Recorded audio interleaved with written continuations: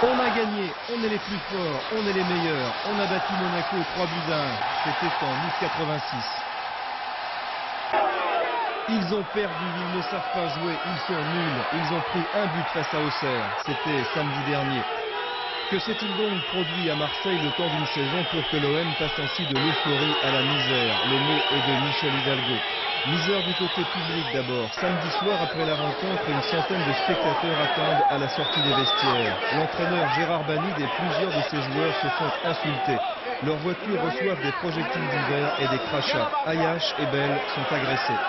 C'est très difficile de se faire insulter et de se faire voir, essayer de se faire frapper par des gens qui sont déchaînés alors qu'on fait son métier de la façon la plus consciencieuse possible. Moi je crois que c'est une chose que je n'oublierai jamais. C'est quelque chose qui restera jamais inscrit et j'en tiens bonne note.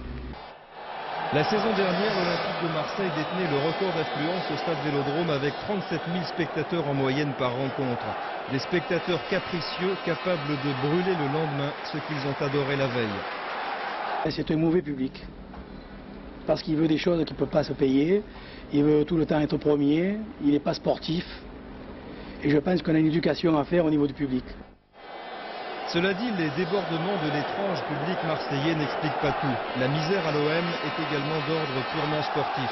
Après une saison exemplaire l'an dernier, l'Olympique de Marseille reste impuissant face à des équipes pourtant à sa portée. C'était le cas samedi soir avec Auxerre. Malgré un recrutement exceptionnel, les résultats ne suivent pas. C'est la crise. Et la rumeur va bon train qui affirme que rien ne va plus entre Tapi, Banide et Hidalgo.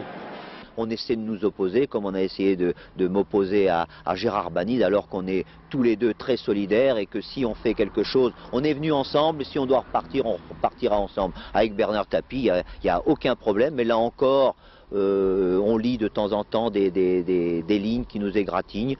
Essayons d'être au-dessus de ça, on est à Digne, il y a une cure thermale, peut-être qu'on va rencontrer le docteur Joyeux, le docteur Tranquille, alors ça va nous faire le plus grand bien. Pour échapper à la pression et pour tenter d'effacer les traces du match de samedi, les Olympiens sont au vert dans les Alpes. Maintenant, l'important pour eux est de retrouver un semblant de sérénité avant le match contre Leipzig.